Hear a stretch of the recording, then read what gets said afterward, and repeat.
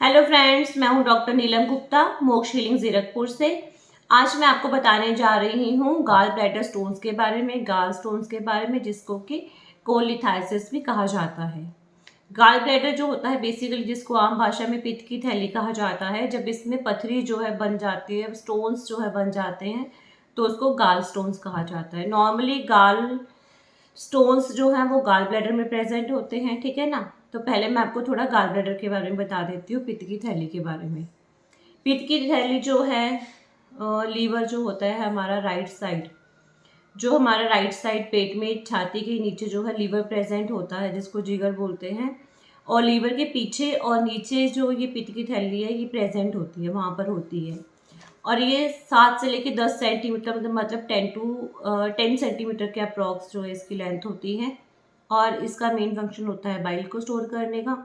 तो अगर ये पूरा फैला हुआ है, फूला हुआ है, जैसे एक गुब्बारा होता है, हम उसको फैलाते हैं तो फूल जाता है ना, तो मतलब ऐसे ही गाल ब्लैडर जब अगर डिस्टेंडेड फॉर्म में होता है, फैला हुआ होता है, तो 4 सेंटीमीटर के अप्रॉक्स इसका जो है डायमीटर होता है। अब ये जो है गाल ब्लैडर है, जो पित्त की थैली है, उसका जो मेन काम होता है, जो मेन फंक्शन होता है, वो होता है पित्त को स्टोर करने का। पित्त जिसको कि बाइल कहा जाता है, ठीक है। ये जो बाइल है ये बनाता है लीवर। जो बाइल को बनाने की ड्यूटी होती है वो लीवर की होती है।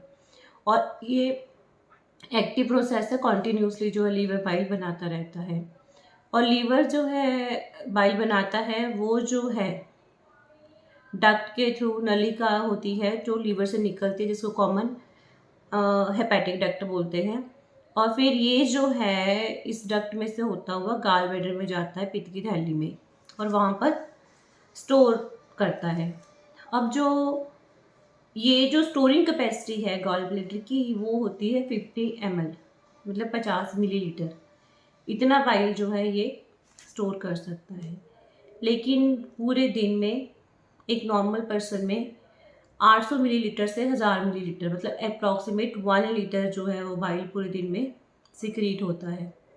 अब आप बोलेंगे कि 1 लीटर बाइल सिक्रीट होता है, लेकिन जो पित्त की थैली है, गाल ब्लैडर है, वो तो सिर्फ 50 ml स्टोर करता है ना। ये ऐसा इसलिए होता है कि अगर देखा जाए तो ये जो बाइल होता है, जो पित्त की थैली होती है, ये इसमें से जो भी पानी होता है ना, या फिर इनऑर्गेनिक सॉल्ट्स जो प्रेजेंट होते हैं, उसको एब्जॉर्ब कर लेती है। मतलब अगर 50 ml इसमें बाइल स्टोर हुआ है, तो उसको वो डाइल्यूट फॉर्म में है प्रेजेंट, उसमें पानी है बहुत सारा, 98% तक पानी है बाइल के अंदर। तो ये जो गॉल ब्लैडर होता है ये पूरे पानी को एब्जॉर्ब कर लेता है, सोख लेता है 10 गुना तक। अब क्या होगा कि ये जो 50 ml था, ये सिर्फ और सिर्फ 5 ml रह जाता है, ठीक है। तो अगर इसके अकॉर्डिंग देखा जाए तो गाल ब्लैडर जो है वो 500 ml, मतलब हाफ लीटर जो है बाइल स्टोर कर लेता है।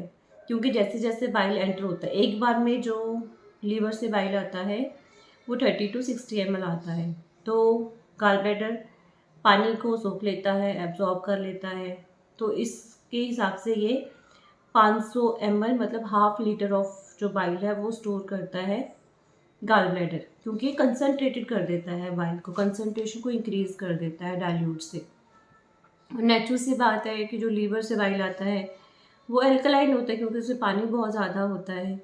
लेकिन गाल ब्लैडर में, पित्त की थैली में जो बाइल होता है वो एसिडिक हो जाता है उसका नेचर, क्योंकि पानी जो है एब्जॉर्ब हो गया, और जो इनऑर्गेनिक सॉल्ट्स है वो भी एब्जॉर्ब हो गए।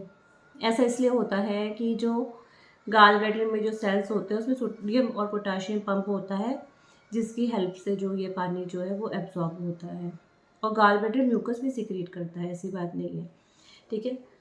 अब इसमें क्या है कि गाल ब्लैडर ने पाइल को स्टोर किया, उसको कंसनट्रेटेड फॉर्म में कर दिया, ठीक है। अब ये पाइल जो है, इसमें कोलेस्ट्रॉल भी प्रेजेंट होता है, बाइल सॉल्ट्स भी होते हैं, बाइल पिगमेंट्स भी होते हैं, ठीक है। अब इसको कैसे पता कि मुझे अब जो है छोटी आंत में जाना है, स्मॉल इंटेस्टाइन में एंटर करना है।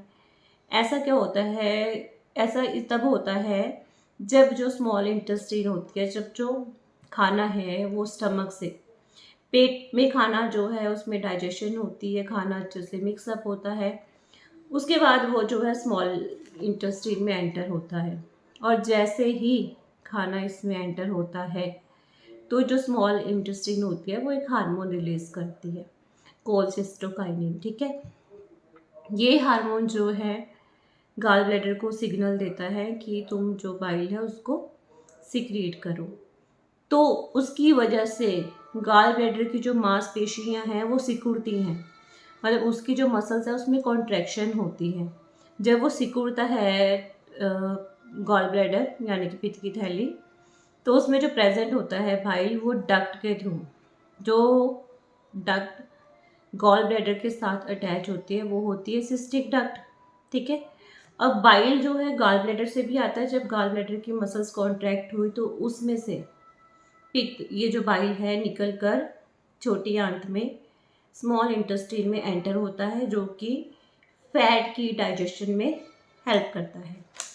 अब इसमें क्या है कि जहाँ पर ये डक्ट जो बाइल को स्मॉल इंटेस्टाइन तक लेकर जाती है, उसी एरिया में पेनक्रियास से भी एक डक्ट आती है जो पेनक्रियास में से जूस लेकर जा आती है, और वो जूसेस भी जो है स्मॉल इंटेस्टाइन में, छोटी आंत में, उसी ओपनिंग से एंटर होते हैं। वहीं से बाइल आता है और वहीं से जो है पेनक्रियाटिक जूसेस भी आते हैं।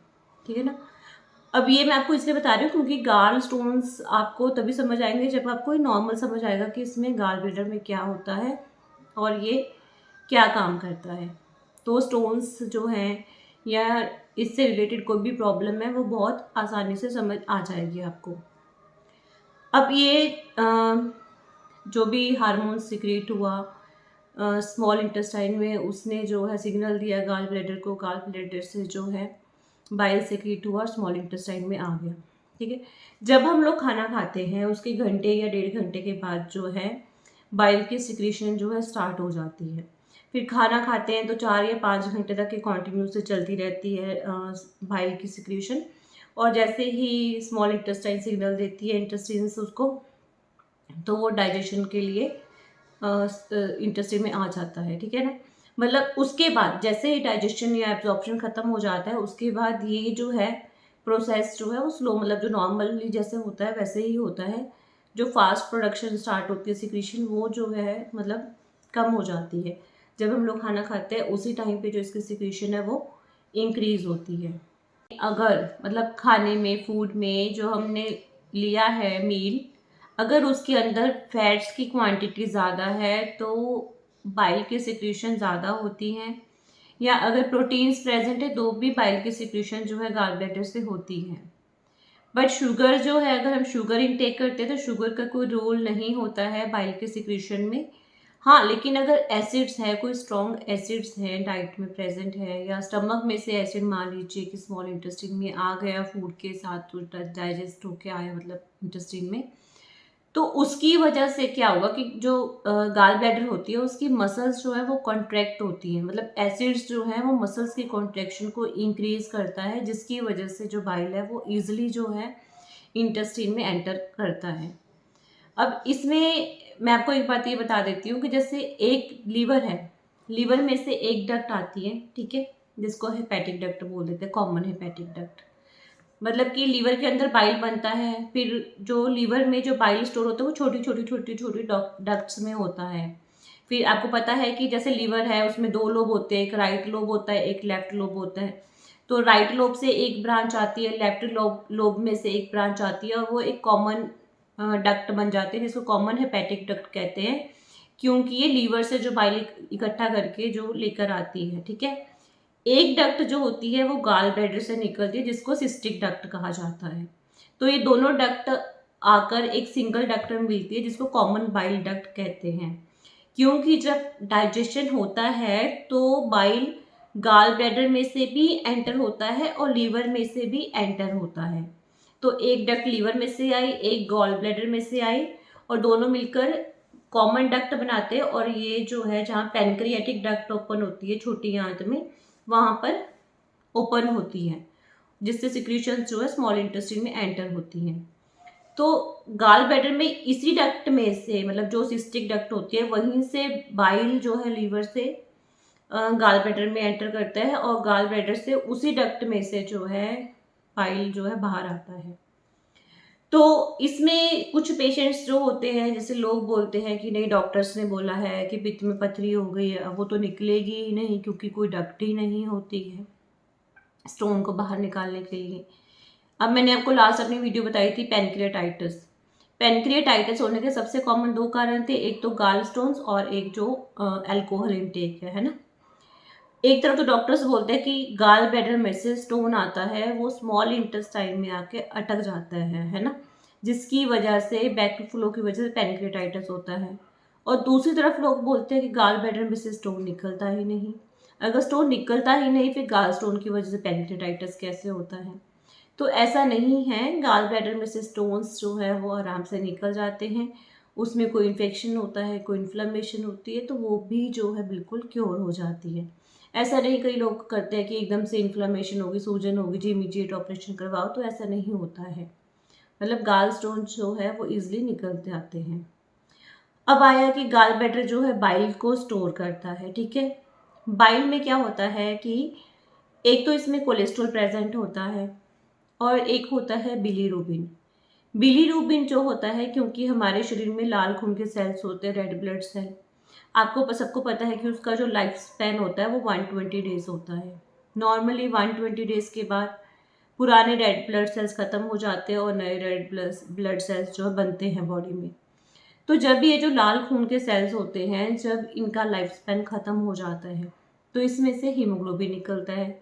नेचुरल सी बात है कि हम सब लोग खून टेस्ट करवाते हैं तो डॉक्टर देखते हैं हीमोग्लोबिन कितने खून की कम है या ज़्यादा है शरीर में, तो उसको हीमोग्लोबिन चेक करवाते हैं।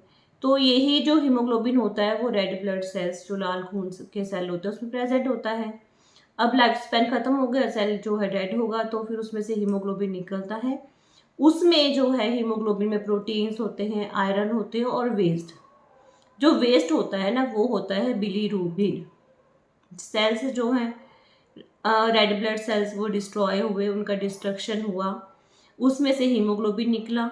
हीमोग्लोबिन में जो वेस्ट निकला वो होता है बिलीरुबिन, ठीक है।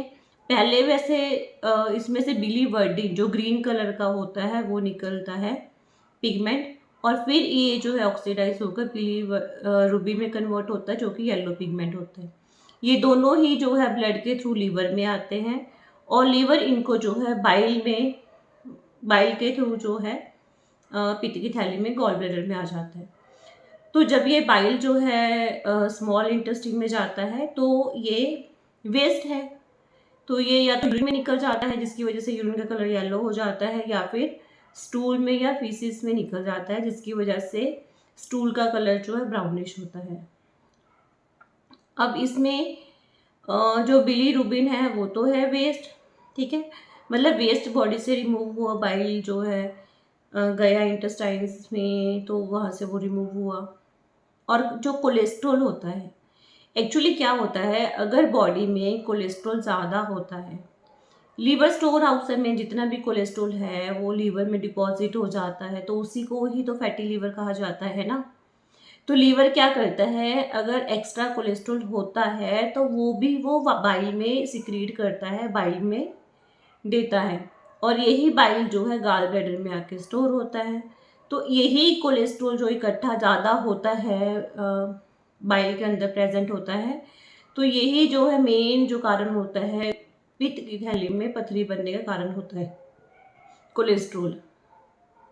इसमें जो प्रेजेंट होता है, बाकी जो मतलब मोस्ट ऑफ द केसेस में जो स्टोन्स होते हैं वो या तो कोलेस्ट्रॉल के होते हैं या फिर जो बिलीरुबिन जो बाइल पिगमेंट्स जो उसमें प्रेजेंट होते हैं उसके होते हैं। बहुत रेयर केसेस में होता है कि कोई कैल्शियम का स्टोन हो गया इसमें, या फिर फॉस्फेट्स जो है उसमें, मतलब मिक्स स्टोन्स हो गए, भी कोलेस्ट्रॉल भी है उसमें, पिगमेंट्स भी है, कैल्शियम भी है, फॉस्फेट्स भी है, बट वो बहुत कम केसेस में होता है। बाइल में बाइल एसिड्स और बाइल सॉल्ट्स भी प्रेजेंट होते हैं। एक्चुअली बाइल एसिड्स और बाइल सॉल्ट सेम ही होते हैं, लेकिन जो बाइल एसिड है जब वो सोडियम या पोटाशियम के साथ अटैच हो जाते हैं तो उसी को बाइल सॉल्ट्स कहा जाता है। बाइल सॉल्ट्स जो होते हैं वो भी बाइल में प्रेजेंट होते हैं, जो कि फैट की, लिपिड्स की डाइजेशन करने में हेल्प करते हैं। बेसिकली ये इमल्सिफाई करते हैं फैट को, मतलब जैसे जो घी होता है, जो ऑयल है वो वाटर में सॉल्यूबल नहीं होता, वो मिक्सअप नहीं होता, तो ये बाइल सॉल्ट्स क्या करते हैं, उस फैट को वाटर सॉल्यूबल बनाते हैं। अगर देखा जाए आम भाषा में बोले, अगर वो वाटर सॉल्यूबल हो जाता है तो नेचुरल सी बात है कि जो फैट की डाइजेशन करने वाले जो एंजाइम्स होते हैं जैसे पैनक्रियाटिक लाइपेज, तो वो इजीली उस फैट को डाइजेस्ट मतलब कर पाते हैं। वो पहले जो बाइल सॉल्ट्स हैं फैट को इनसॉल्यूबल से सॉल्यूबल में कन्वर्ट करते हैं और देन वो फिर डाइजेशन वाले जो एंजाइम्स है उसको डाइजेस्ट करते हैं। ठीक है ना, मतलब जैसे अगर हम देखा आपने कई बार घी वाला बर्तन होता है तो उस पे अगर हम खूब सारा सरफ लगाकर अगर उसको साफ करते हैं तो वाटर और फैट जो मिक्स होकर घुल के वो साफ हो जाता है बर्तन। तो सेम ऐसे ही ये प्रोसेस यहाँ पर होता है कि बाइल सॉल्ट जो है फैट को इनसॉल्यूबल होता है, जो पानी में घुलनशील नहीं होता उसको पानी में घुलने लायक बना देते हैं, जिसकी वजह से उसका डाइजेशन हो पाता है। और इसी की वजह से जो फैट सॉल्यूबल विटामिन होते हैं जैसे ए है, डी है, के है, ई है, तो वो भी जो है एब्जॉर्प्शन जो उसकी होती है वो इसी की वजह से होती है। तो अब ये तो हो गया बेसिक है ना गाल ब्लैडर का, या उसका क्या फंक्शन है। गाल ब्लैडर का मेन जो फंक्शन है वो है बाइल को स्टोर करने का। वो बाइल को स्टोर करता है, उसको कंसनट्रेटेड करता है, उसमें से वाटर और इनऑर्गेनिक सॉल्ट्स को एब्जॉर्ब करता है। ठीक है, और जब डाइजेशन के लिए उसकी रिक्वायरमेंट होती है तो वो जो बाइल है वो स्मॉल इंटेस्टाइन में चला जाता है, जो कि डाइजेशन में हेल्प करता है। बेसिकली ये काम है गॉल ब्लैडर का। अब गाल स्टोन्स कब बनेंगे इसमें?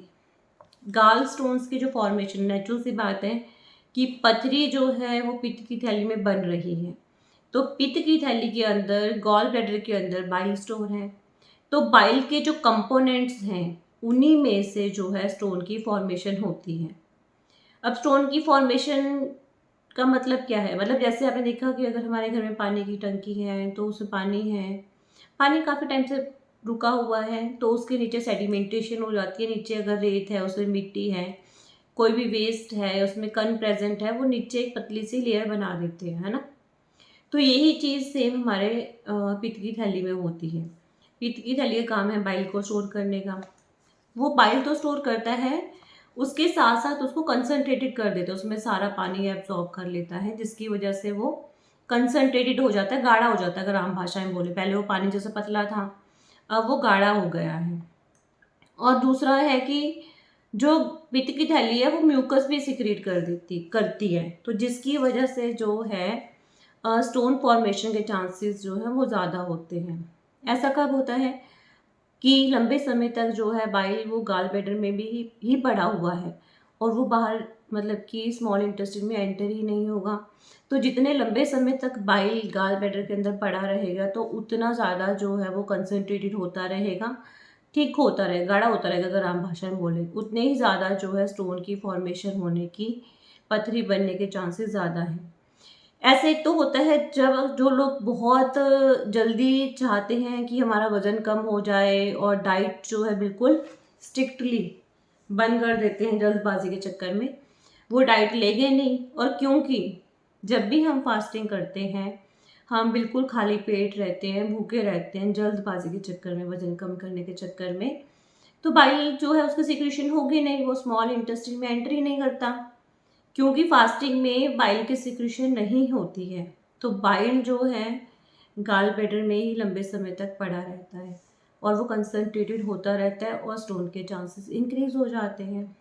और सेकेंडली, क्योंकि इसमें से जो मांसपेशियां हैं, जो मसल्स है गाल ब्लैडर की, जब वो कॉन्ट्रैक्ट होती हैं, जब वो सिकुड़ती हैं, तो ही गाल ब्लैडर में से बाइल जो है वो बाहर निकलता है।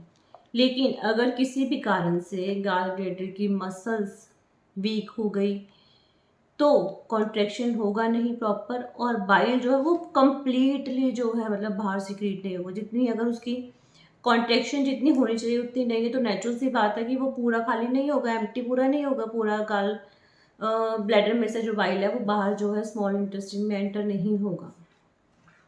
तो कितना देर के लिए गाल ब्लैडर बाइल को होल्ड करता है, उसको रखता है, और कितना बार बार वो खाली होता है, तो इस बात पे डिपेंड करता है कि गाल ब्लैडर स्टोन्स जो है वो कितनी जल्दी बनेंगे।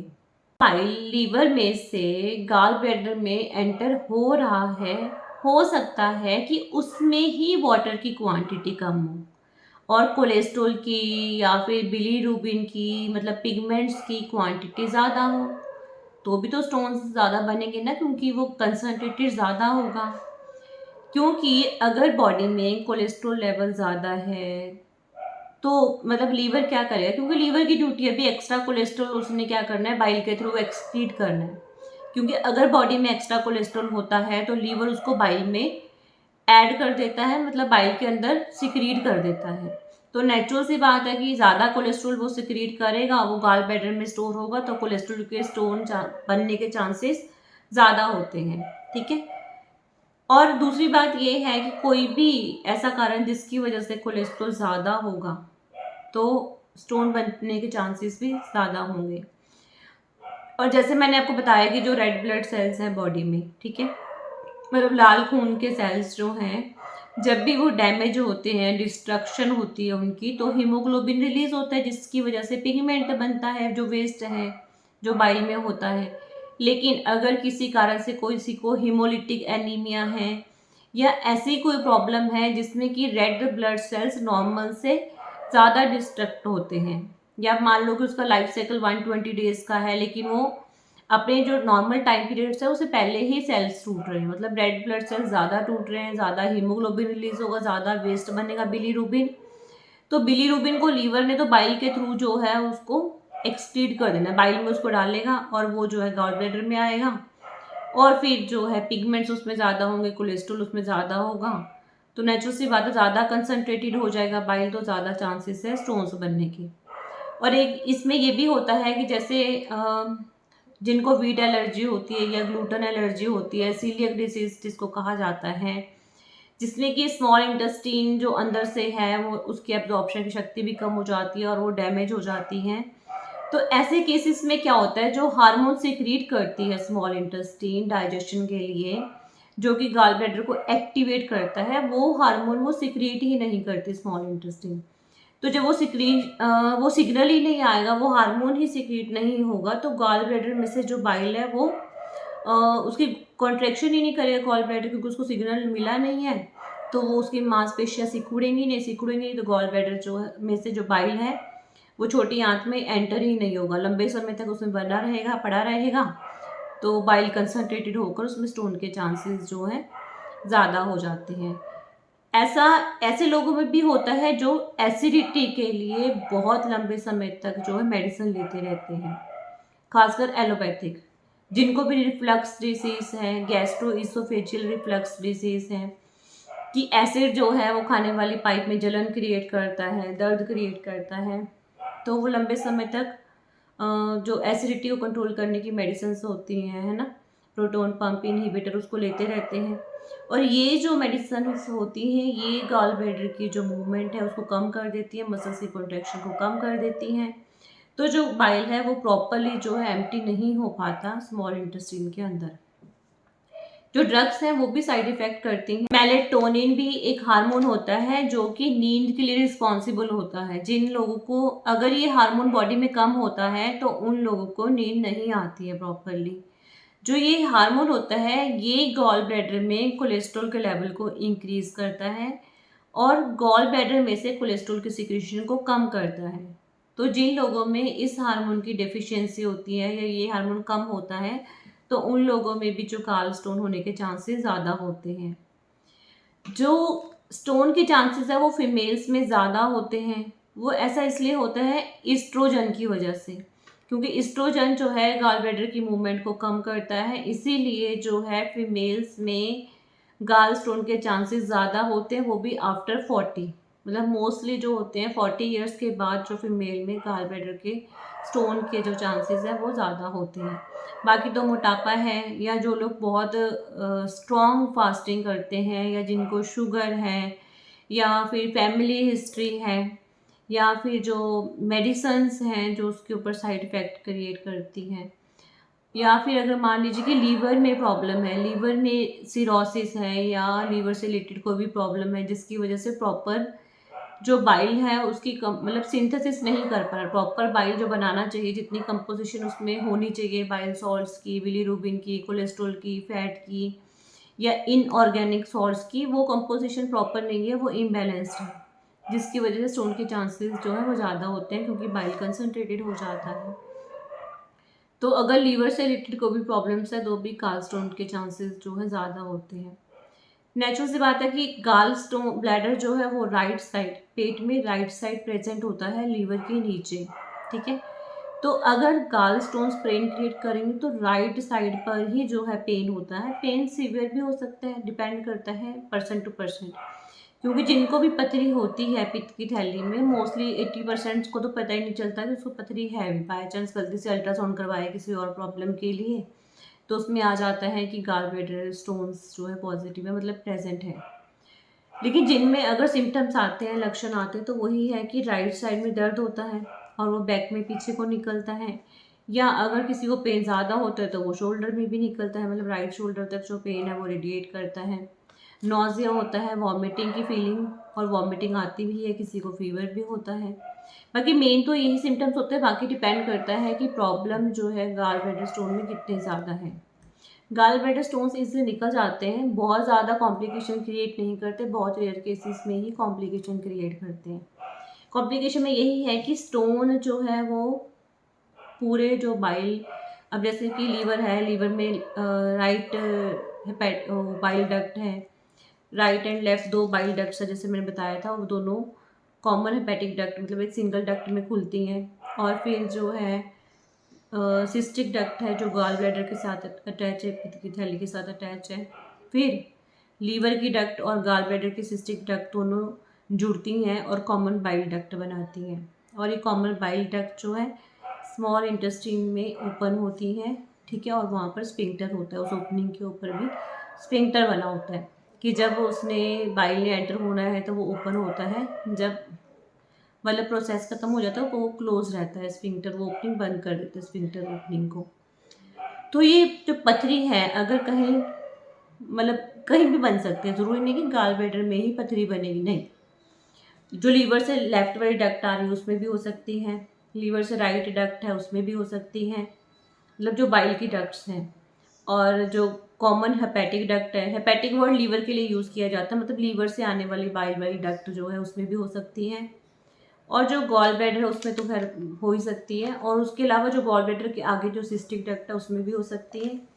और जो नीचे लीवर में से और गाल ब्लैडर की सिस्टिक डक्ट में से नीचे कॉमन बाइल डक्ट है उसमें भी हो सकता है स्टोन, मतलब कहीं पर भी हो सकता है, पूरे बाइल डक्ट वाले जो बिलियरी ट्री बोलते हैं जिसको।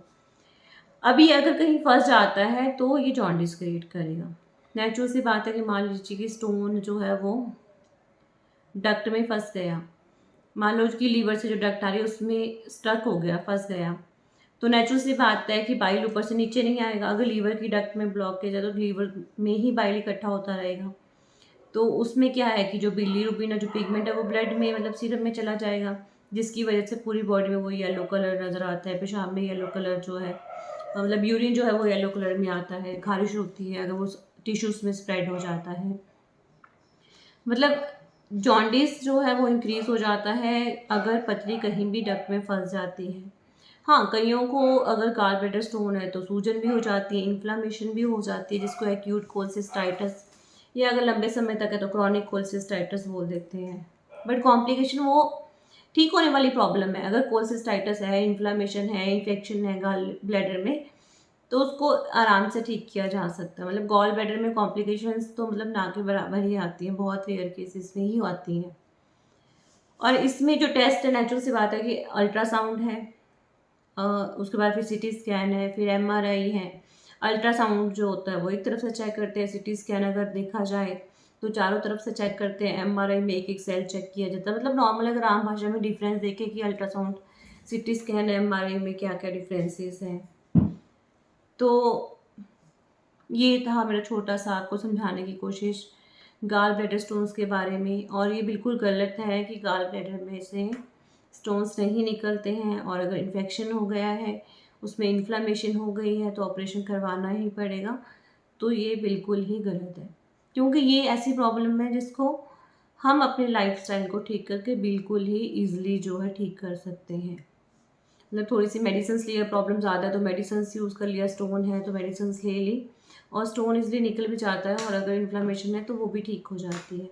बाकी तो अपने थोड़ा सा डाइट को ही ठीक करना पड़ता है। हाँ, गाल स्टोन होता है तो ये भी होता है कि जैसे राइट साइड पे प्रेजेंट है तो जो है थोड़ा सा ही खाना खा के पेट भर जाता है, भारीपन लगता है।